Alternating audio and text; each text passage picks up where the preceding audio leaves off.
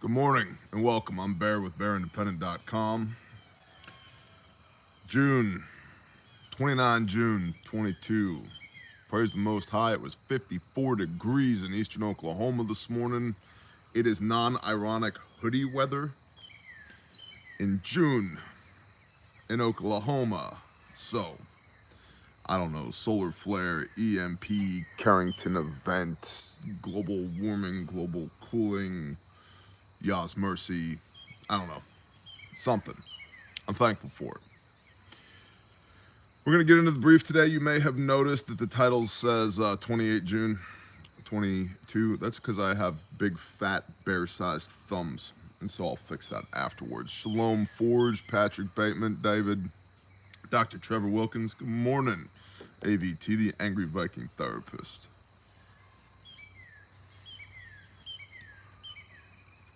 All right. Before we get into this brief about essentially World War III, and that's not hyperbole, it's like World War III actual, that's the direction we're headed. You ever read the proverb of the day and think about Hunter Biden, the Parmesan Prince? Yeah, me either, except for today. Mishli, Proverbs number 29, verse 3. He who loves wisdom gladdens his father, but when a wrong one rules, people sigh. But a companion of whores destroys wealth. He who loves wisdom gladdens his father, but a companion of whores destroys wealth. Yeah. See, because that goes all the way back to this Ukraine thing. I got to thinking about that this morning because we're going to talk about the companion of whores a little bit this morning. It's almost as if, like, the father knows what the heck he's talking about. You know what I mean? Good morning to everybody in the chat. Ukraine. U.S. State Department. By the way, I would encourage you to do a deep dive, or at least a cursory dive. Familiarize yourself with where is our State Department currently most active. Because the people we are supporting, air quote, today, will be our enemies in the next decade. How do I know that? Historicity, historical data, empiric evidence, right? Who are we giving arms to today? They will be our enemies within a decade from now. State Department, Ukraine, 2014, earlier than 2014, actual.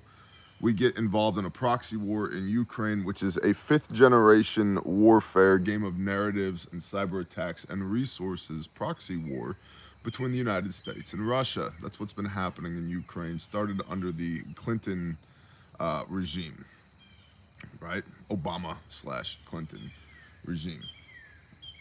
And then, of course, you get the involvement of the Parmesan Prince over there in Ukraine with these energy companies getting paid, wheelbarrow fulls of rubles for advisory positions on the boards of energy companies, which make sure you hold some of that back for the big guy being Ice Cream Grandpa himself. And here we are, because we went and thumbed our nose at Russia on their border. We got in their backyard and we started talking trash across the 6-foot privacy fence. Now it looks like we're coming into a hot war with Russia. And is that by design? Maybe. I think more so it was this proxy war in Russia was just a piece on the chessboard, the world chessboard. And then because of the, accidental Charlie Victor 19er plaguing the entire world, which subsequently shut the economies down, as if that was an accident. Somebody call Klaus Schwab and ask him if that was an accident. As if that was an accident. Now, what do we need to kick the economy back into high gear again? Say it with me, boys. Warfare. I don't know. Where can we have a war? How's that Ukraine thing looking? Yeah, we could do that. What would be the best way to do that? How about let's start trickling arms and personnel into the DNR and LNR, the Luhansk and Donetsk People's Republics, these breakaway regions of Ukraine, which identify with Russia. And what about the Crimea? And what about Moldova and Transnistria and blah, blah, blah, blah, blah. We start moving pieces on the chessboard, then we start sending actual aid. And now we are literally we, big we, not me, we, but the United States government, our fearless leaders in Washington, D.C., are legitimately considering adding Russia to the state-sponsored terrorism list. Oh, homies, if we do that, Bohica, brace for impact. Bend over, here it comes again. We've gone all the way beyond snafu and tarfu and fubar to Bohica. It's gonna get ugly. So, 5-minute intro, 6-minute intro. Let's get to the damn brief. 29 July 22, 54 degrees in eastern Oklahoma. Praise the Most High. The latest G7 summit has resulted in an additional pledge of $29.5 billion in aid for Ukraine. Immediate steps to secure energy supplies around the globe, and a pledge of $4.5 billion specifically for global food security crises stemming from the invasion. Of that last amount, $2.76 billion was pledged from the U.S. alone. So let's pause a moment. Anybody out there just feeling super rich these days? You go to the gas pump and you're like, not a big deal. You go to the grocery store and you're like, not a big deal. I see a rabbit, 25 yards, 10:30 in the bush line. Run, bunny, run. You get to live to munch another day. You know, you're looking at your, maybe if you have some money in the bank, you're looking at your savings and you're like, wow, the annual rate of return is only 15 points lower than the annual rate of inflation. That sucks. Or you're trying to work on your house and you can't buy a damn 2x4. And if you can, it's $7 to $8 for a 2x4. Or maybe you need a part for your truck and you've been waiting 4 months for it to come in. These are all examples from my own personal life. I'm not wealthy. People think, oh, you make YouTube videos, you must get paid a ton of money. Negative. That's not how it works. And by the way, YouTube doesn't like me. So shout out to the patrons. Mucho apreciado. Link in the description as always. Right, and so are you so flush under the best economy ever, according to the Biden White House? The strongest economy in the history of the world, asterisk. Yeah, the asterisk is like, who is that dude? Mark McGuire, right? The home run king, an asterisk because of his steroid use. Yeah. In this case, the steroid use from this administration is the propaganda and the deep state and the machine that's out there perpetuating this 5th generation warfare narrative of, oh, we have the strongest economy ever. No, negative, homie. But amidst all of that, and you could do one could make a beautiful amount of hay, a beautiful sermon out of compare contrast between the previous administration and the current administration. And while that would get all the clicks and the views and would get everybody emotionally wrapped up in all of this, it's pointless. What was, it's gone. The question is, where are we headed next, right?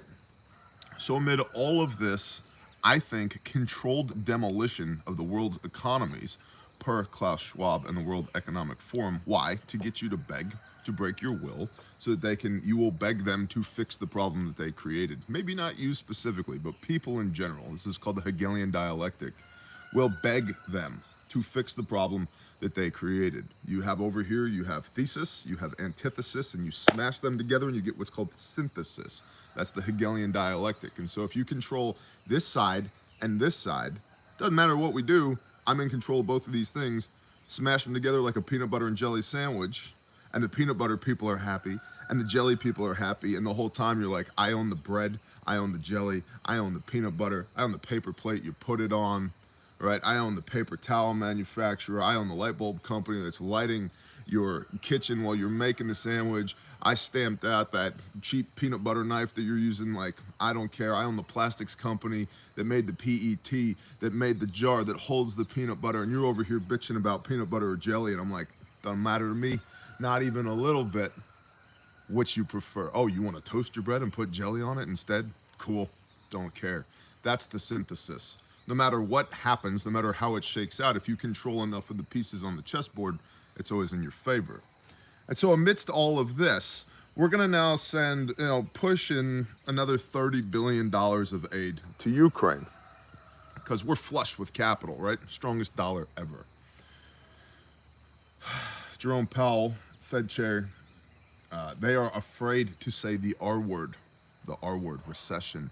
Can't say the R word. If you say the R word, then people could get scared and then they could pull their money out of the stock market. And then if that happens, then the stock market collapses. And if the stock market collapses, then the economy could be in free fall, which would domino effect topple the world's economies because of our reliance on the US petrodollar. Almost as if somebody was like, you know what we should do? We should push over the United States domino and see how many other dominoes fall over. Almost as if. So we're going to send, and then additionally, that's the macro picture. The micro picture is we're going to send another $30 billion of war aid to Ukraine. Why? To continue to perpetuate a hot war in Ukraine between NATO assets, us, and Russian assets, them. Why? Because at some point, we're going to have a Black Swan event. We're going to have a Gulf of Tonkin event, a 9/11, a sinking of the Lusitania, the assassination of Archduke Francis Ferdinand. Something's going to happen where you will see all these war hawks in the United States Senate and the House of Representatives saying, we have to go to war now. Not only is Russia on the state-sponsored terrorism list, which they're doing proactively right now anyway, but they killed, Johnny and Sally and Susie, who were these truck drivers trying to bring humanitarian aid into Ukraine. Yeah, that humanitarian aid that was mixed with munitions and fuel and all the critical things that Ukraine needs in order to perpetuate a war against Russia.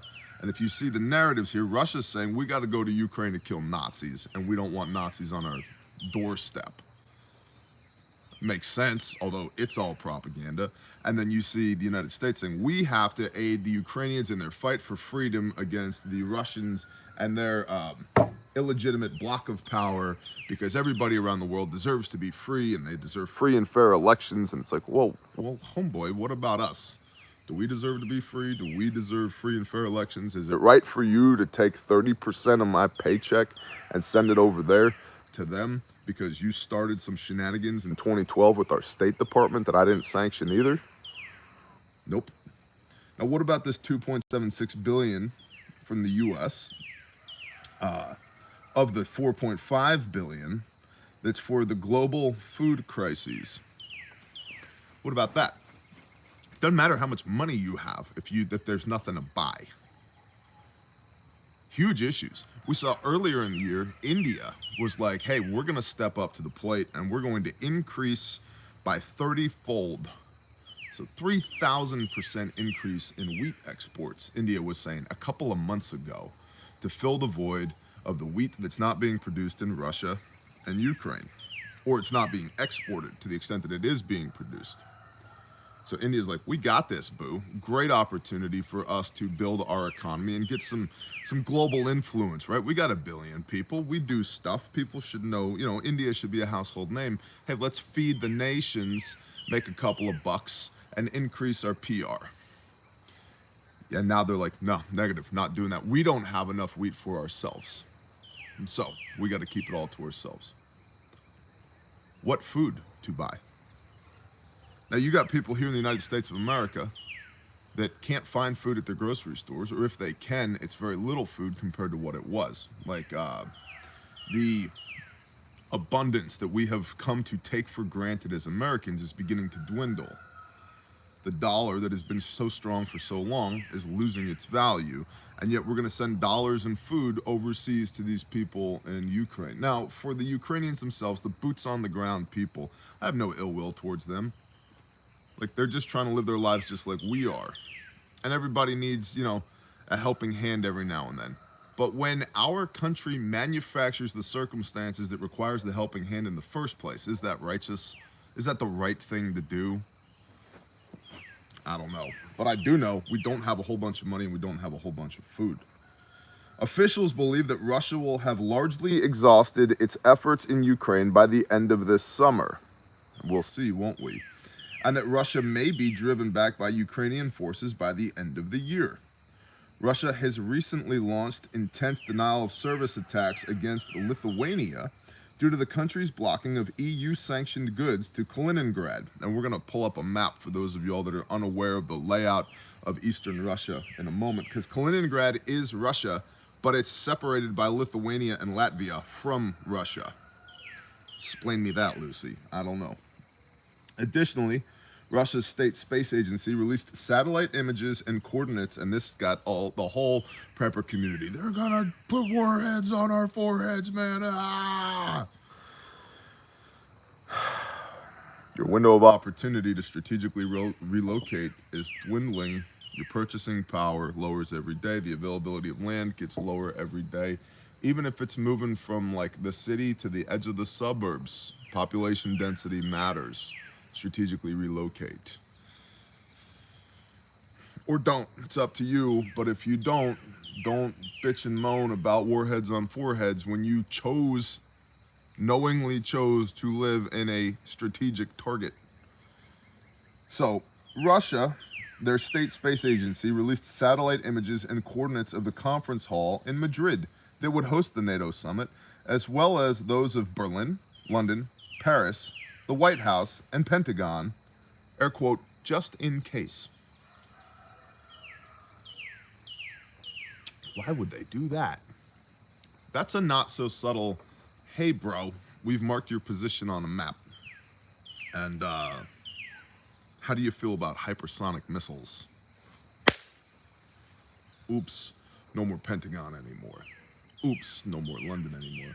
Oops, all your NATO people were at this NATO summit in Madrid. Oops, they're gone. FAFO is basically what Russia's saying. FAFO. And it begs the question, could they? Would they? Are they capable? Russia's performance in Ukraine thus far has been substellar, for sure. Myself included, many people, I was on record as saying, and I was wrong, and I will admit when I'm wrong. When this whole thing kicked off 24 February 22, I said I'd give it a week before Russia has come across the border, eastern border of Ukraine, made it to the Dnieper River, and has taken over the capital and installed their own puppet government. That's what I said. I was wrong, because Russia has grossly underperformed. And a lot of the intelligence and military analysts out there as well who were saying, dude, they've got 100 to 150 battalion tactical groups. They've got Ukraine surrounded on 3 sides. They're supposed to have all this new weaponry and all this new armor. And the Red Army, what they are good at is grinding it out wave after wave after wave. We were wrong. Here it is 4 months later, and Russia's accomplishments in Ukraine are lackluster at best. Cost-benefit analysis, was it worth it? I don't know. Depends on what Russia was trying to get out of this. And even that is speculation. We don't really know, do we? But do they have the capability to put a warhead on your forehead as you watch this in San Diego or Dallas or Cincinnati or DC or Miami this morning or New York City? Maybe. Maybe not. And I know for a lot of us, like, I grew up during the Cold War era, and so the whole, like, I mean, you know, woodland camo, G.I. Joe, Wolverines, you know, like, Russia is the threat. They're the guys we worry about, right? Like, the Russian bad guys are going to get us. I don't know.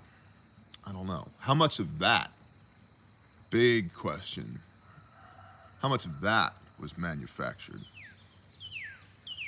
What was the use of manufacturing that? How did they maintain that manufactured use? And how did they sustain, even to this day, that concept? And some of y'all, a very few, a very small percentage of y'all, understand what I was just talking about. Manufacture, use, maintenance, and sustainment. And for those that do, Mazel tov, that's beautiful. And for those that don't, there's some key classes, some key bits of instruction you should be taking that you haven't been taking. So Russia has decided, hey, we're going to drop some chords of where all your very important people are, and FAFO, bro. Mess around and find out. Because of the urgent top-level talks, NATO, Turkey has finally lifted its objections to Finland and Sweden joining NATO. And because of the threats from China and Russia, NATO will be expanding its high readiness forces to well over 300,000. That's about a 1,000% increase from 30,000 to 300,000. Now, let me read the rest of this paragraph and we'll come back. After the recent Madrid summit, Biden noted that NATO was, quote, as united and galvanized as I think we have ever been, end quote. I'm not sure he knew what room he was in. Yeah, he probably thought he was speaking to the local Rotary Club about cleaning up an off-ramp on the local bypass highway downtown. To be clear, not all members of NATO are comfortable taking a stance against China, but rather the unity is due to a shared opposition to Russia in particular. Still, and that's very important to note, still, NATO diplomats say the organization will list China as a systemic threat and will endorse this new concept this week. So we're seeing more of a separation, us and them separation, this dichotomy. This is the death of globalization, by the way. A lot of really good reporting coming out from Forward Observer. You should be subscribed to them. Out Front with Mike Shelby. You should be subscribed to Mike. And S2 Underground. You should be subscribed to them as well. I am. I listen to them every day. And I don't agree with everything they say all the time, but I don't have to. I agree with most of what they say most of the time. And it gives me information to consider and plug into my own matrices to get, to navigate this map sheet of life that we're on currently. Because the world be dumb, yo. I think that's how the kids in the hood say it these days. The world be dumb, yo. And I don't know gang signs, so I just use knife hands, all right? But as far as 300,000 troops, this is 1,000% increase roughly of NATO's current, readiness forces. I think that the horse is already out of the barn at this point. But, let's just take that as an indicator.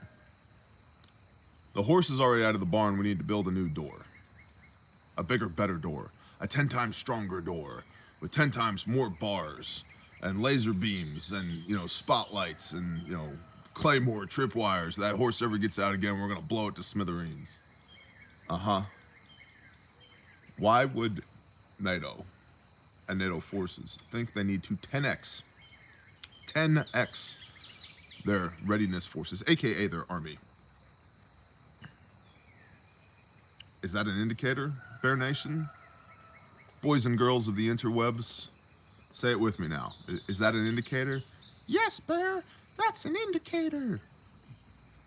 So if we become emotionally detached from the situation, if we can quit worrying about the whole warheads on foreheads situation, we look at it unemotionally. In Europe, they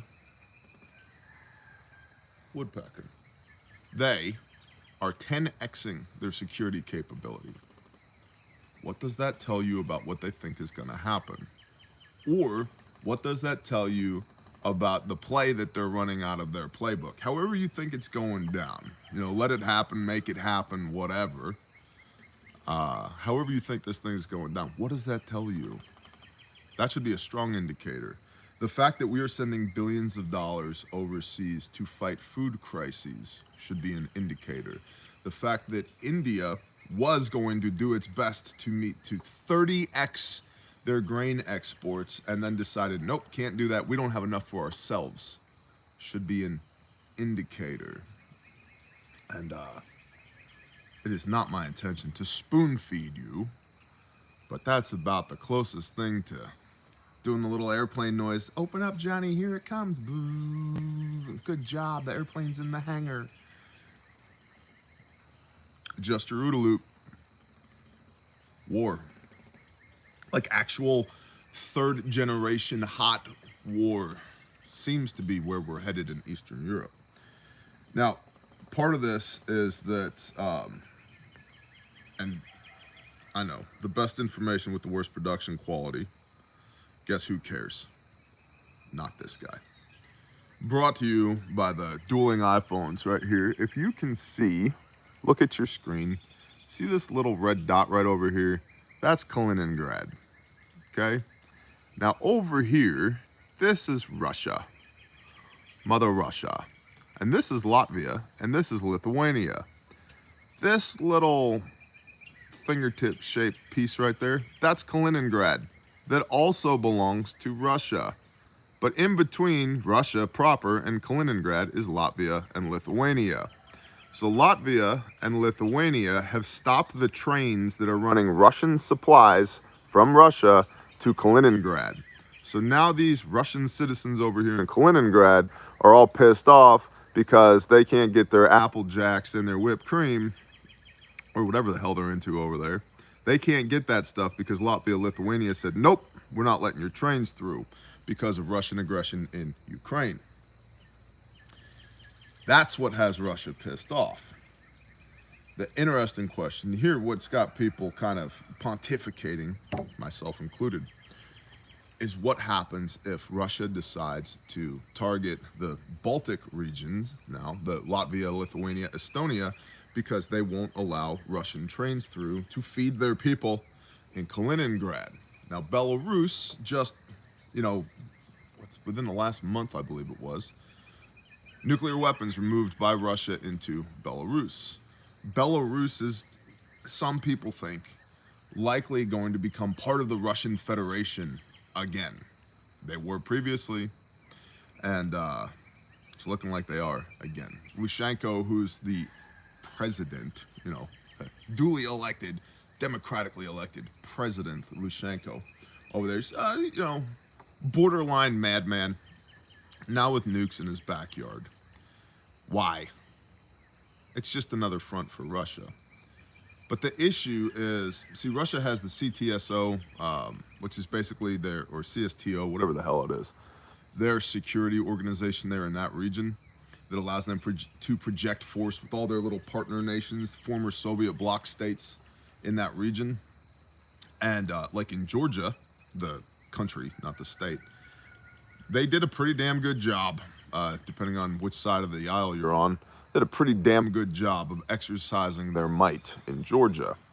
But they're finding Ukraine's a little bit more, they bit off a little bit more than they can chew, apparently, because Ukraine has friends, aka us, that are sending them, personnel, subject matter experts, weapons, material, food, fuel, intel, which is huge, so forth and so on, that's really grinding Russia's gears.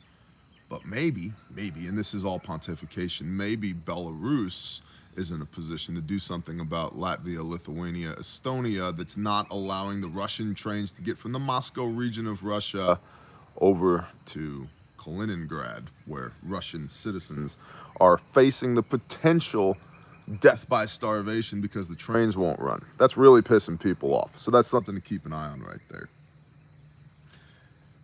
What of the developments in the Pacific? The U.S. has begun to build a new airfield on Tinian, the strategic World War II island in the Pacific, specifically to increase protections for Guam in case of attack by the Chinese military.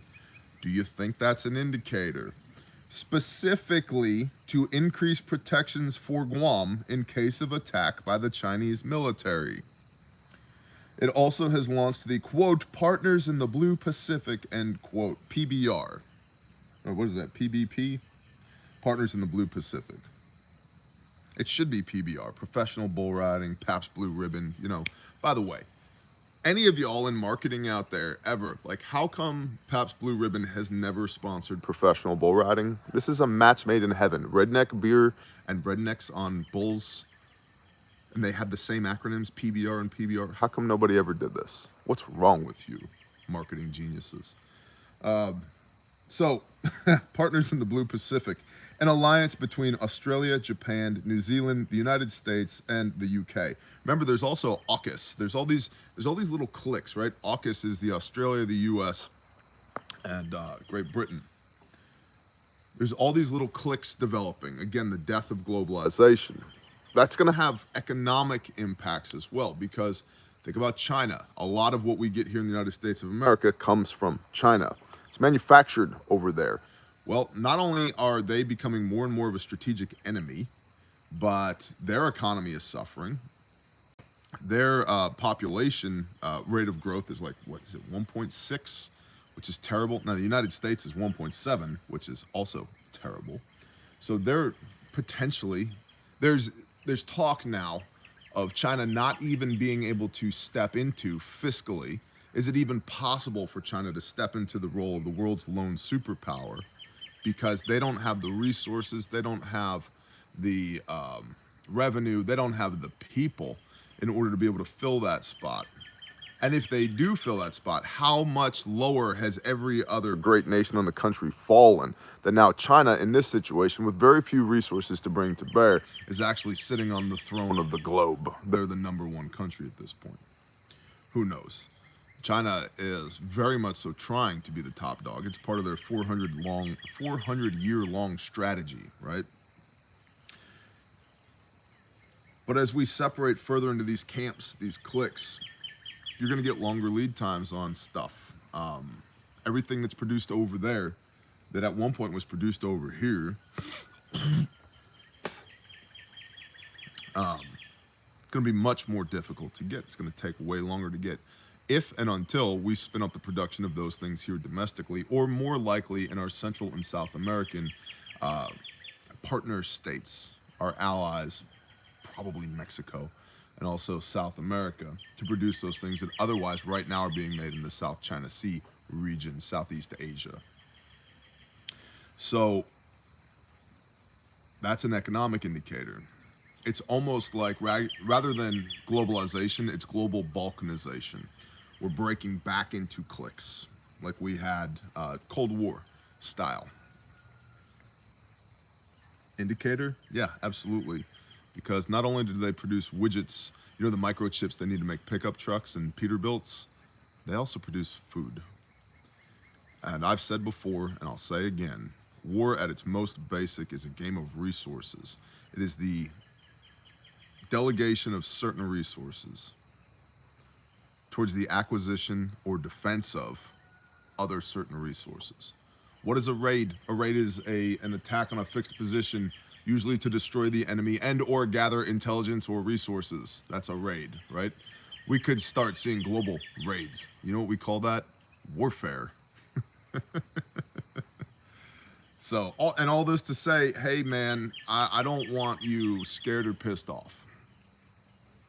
You need to get your mindset right so that you're not scared or pissed off. I'm trying to give you information and my insight into that information so you can navigate so that this stuff doesn't affect you, or it affects you much less than it would have otherwise. So, the partners in the Blue Pacific, an alliance between Australia, Japan, New Zealand, and the UK and the US. Recently, North Korea's foreign ministry spokesman said, quote, while blatantly holding joint military exercises with Japan and South Korea, the United States is making a full-fledged move to establish an Asia-style NATO. Yep. Yes, they are. Why? Spheres of influence, power, friends, cliques, global balkanization, like I just talked about. Now, it's also been pontificated upon by others that as globalization comes to an end, there will be less of a need for the U.S. to project its military power around the world because we won't have business interests and protectorates around the world anymore. That could become interesting. I'm not a non-interventionist. There's this thing, the libertarians love it, called the non-aggression principle, the NAP. Let's all take a nap, y'all. The NAP. You don't mess with me, I won't mess with you. The issue with that is that it assumes that we're all singing from the same sheet of music, that we all have the same motivations, morals, and ethics. And ideally, yes, I agree with that. And I think you can achieve that to a certain degree with individuals working together that have a high amount of ideological alignment. But globally, we're not individuals, we're nation states at a minimum. And we don't have a high level of ideological alignment as nation states globally. I mean, dude, Palestine and Israel, need I say more? Russia, Ukraine, China, Taiwan, need I say more, right? But the NAP, right, non-aggression principle, I'm more of a FAFO guy. We should be best friends. If this was President Bear speaking, Russia, China, we should be best friends. I want to be best friends with you. I want to mutually assist one another in a way that's beneficial for you and us, for all of our people. I want to do that, but I'm not going to do it unrighteously. And if you pose a threat to me and my people, I'm going to wipe you off the face of the map. And do we have the will and resolve to do that? Yes. Because all of this abomination that we're doing in our military, the United States military, which is, you know, the test bed for societal change. No, we're not doing that anymore. I don't care what your gender, race, or religion is. I care whether or not you can hold this rifle and make hits with it and run up and down this field and represent the United States of America to project force around the world for peace, not because we're going to, you know, do deep state work to go implement wars and foment wars in other nations around the country like Ukraine. So there's nuance to all this, right? But I'm more of a, hey, if we're going to have a fight, let's just have the fight. And you should never fight a fair fight. You want the fight to be as unfair as possible. Speed, surprise, violence of action, overwhelming force. Destroy your enemy, then go home. Sun Tzu talks about this, the art of war. Destroy your enemy completely. It's a big deal. Otherwise, you perpetuate warfare around the globe. And that's why you've seen de-escalation. There's been an effort to de-escalate since World War II and the use of the 2 atomic weapons at Hiroshima and Nagasaki. The world got super scared because of nuclear weapons. Don't want that to happen anymore. And so there's been an attempt to de-escalate around the world because of that. And so we've gone from large-scale, third-generation conventional warfare into fourth-generation insurgencies and limited conflicts and proxy wars, starting with the Korean War, 1953-ish, after World War II, and then into Vietnam. Vietnam was a proxy war. Korea and Vietnam were proxy wars between the United States and China, essentially. Right, and then you look at Afghanistan, which began as a proxy war with and was for a long time U.S. and Russia. You look at what happened in Syria, U.S. and Russia. You look at what's happening in Ukraine now, U.S. and Russia, and there's been these proxy wars all across the world. And so, rather than see World War II style, we'd go to the country that was causing the problem and kill all the bad guys. Now we go to almost a neutral playing field, right? For example, Ukraine between the U.S. and Russia. So we're not in Russia killing all the bad guys, and Russia's not in the U.S. killing all what they perceive to be bad guys. Nope, we're going to pick which field are we going to play this game on? Ukraine? Ukraine. Fighters agree. Ukraine becomes the octagon that we're going to have this heavyweight fight in, and they just start duking it out, right? So there's been an effort to reduce conventional large-scale warfare since World War II because of the threat of nuclear weapons. And on the one hand, you could say that that's probably a good thing, because if we were to launch even a tenth of our nuclear arsenal, life as we know it would cease to exist on the face of the earth. But it sucks if you're the people that are living where the conflict is on the chessboard that the current war is being played on. Which all comes back to a phrase that most of y'all hate because you won't do it, because you're too comfortable where you are. Don't be where the problem is.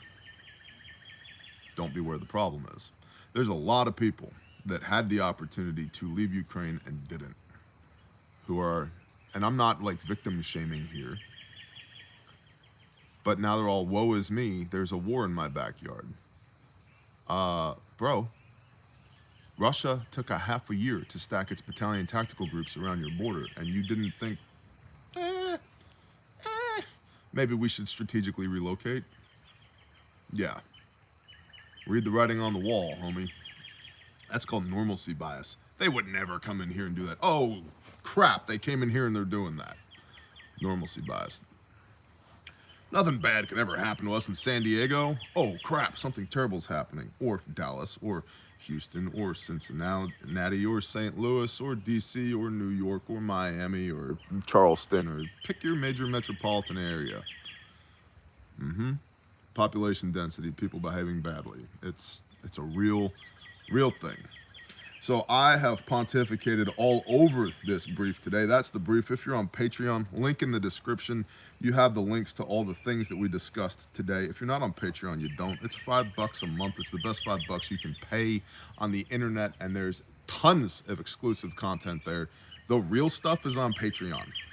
The real, like what you see here on YouTube, the real stuff is on Patreon, because we can't talk about the real stuff here on YouTube because they get all uppity and they like to censor us. Now, if you're one of those people that jumps off when it's time to talk about how to support the show, beat feet, skedaddle, get out of here. Have a blessed day. Shalom. Bye.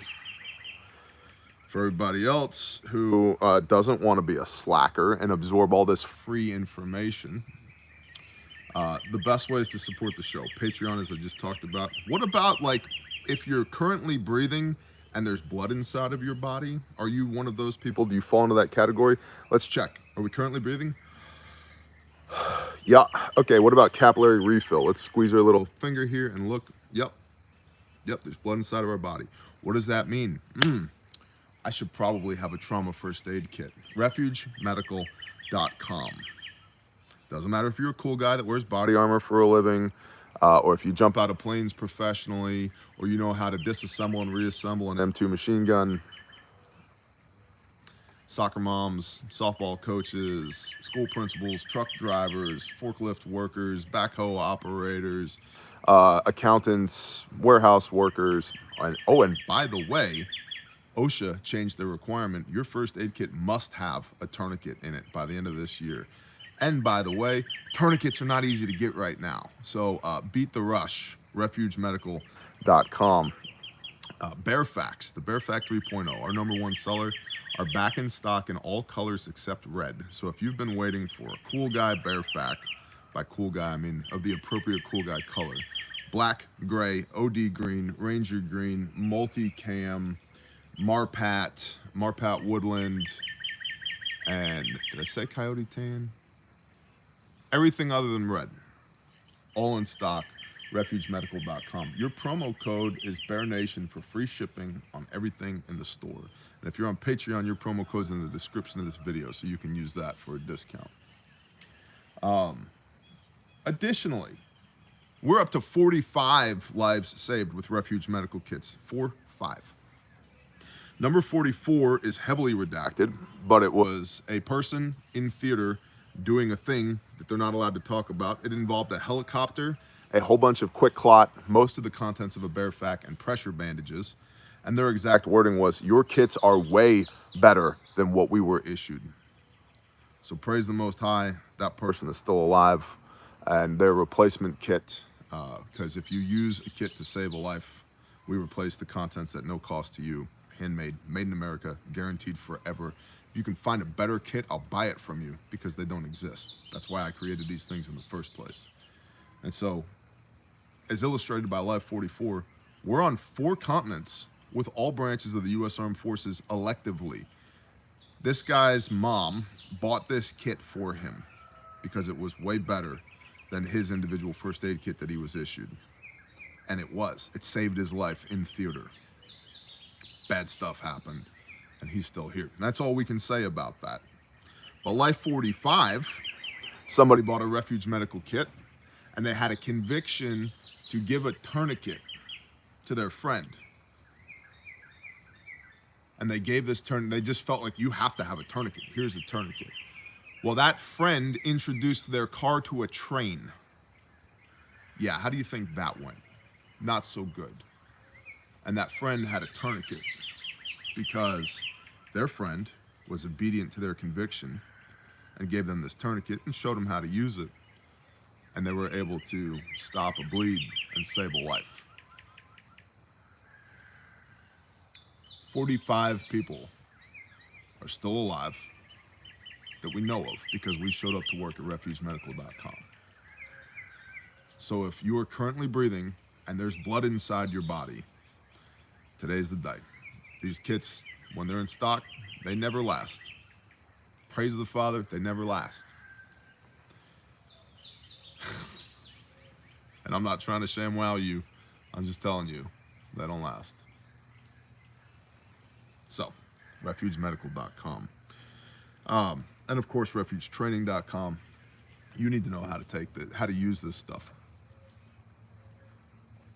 Possession does not equate to proficiency. I am doing a series of videos here on YouTube.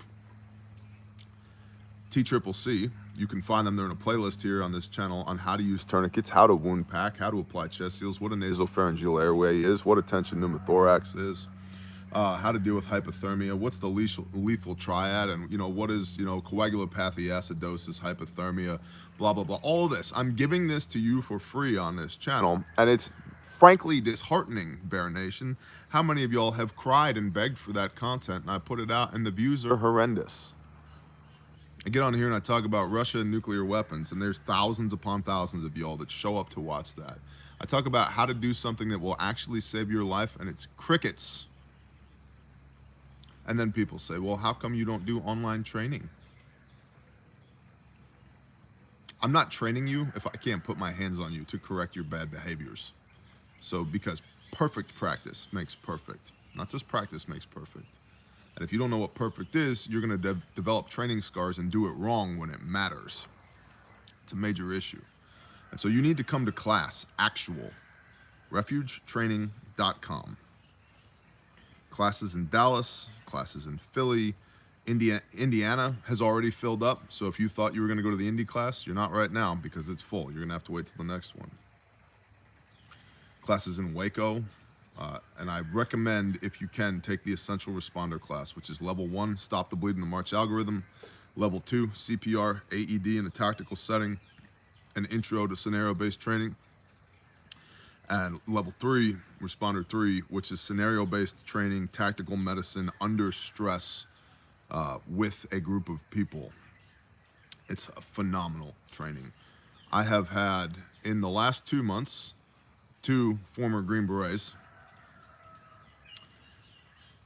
Carl, a tactical rifleman, and Saw of Saw's LLC have both told me this class is excellent. Excellent. Thank you. Appreciate that. We try and provide high value. Saw just put a video out on his channel saying that, so I appreciate that. Thank you, Saw. It is not what the Red Cross teaches. It is not death by PowerPoint. You do stuff, and you learn how to do stuff under stress to save lives. And lastly, thank you for supporting Grindstone Ministries and Caleb House. Couldn't do it without you. If you are interested in joining with us to combat human trafficking and to rehabilitate juvenile human trafficking survivors, which is a fancy way of saying kids that have been sexually abused, then please visit grindstoneministries.com, grindstoneministries.com, and links to all this stuff is in the description as always. That's the ministry side, the ministry aspect of what we do. My entire life's purpose, my mission, is to save as many lives as possible. That's why I read the Bible with you. That's why I talk about how you can be prepared and what you should do to be prepared. It's why we sell top-notch first aid kits. It's why we train people with top-notch training to be able to use them. It's why we rescue and rehabilitate kids that were sold for sex. That's what we're about, saving lives. So, I appreciate y'all. Long brief today. Thanks for supporting this show. If you're new here, you need to subscribe. If you're not new here, you need to share. Y'all have a blessed day. Shalom.